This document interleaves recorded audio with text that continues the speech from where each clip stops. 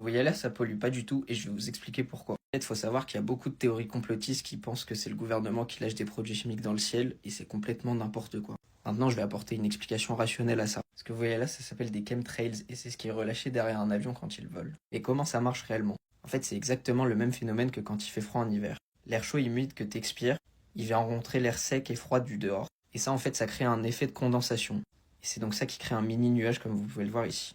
Et en fait, dans le ciel, à cette altitude-là, il fait moins 50 degrés Celsius. Et les moteurs, qui fonctionnent avec la combustion, ils crachent de l'air brûlant. Et donc en fait, c'est le choc thermique qui crée ce nuage-là. Maintenant, vous vous demandez peut-être pourquoi ces lignes-là, elles restent pendant des heures, tandis que quand on souffle, ça reste que quelques secondes. Et si c'est le cas, c'est une très bonne remarque. En fait, si l'air en haut, il était aussi sec qu'en bas, bah ça disparaîtrait aussi vite que comme nous, on expire.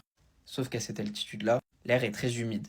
Et donc comme l'air est humide et en même temps très froid, bah la trace, elle vient se geler et elle perdure comme un nuage. Et comme vous l'avez compris, c'est comme de la condensation, du coup en fait ça pollue pas du tout. Donc toutes les théories complotistes que vous avez pu voir là-dessus, bah c'est complètement faux.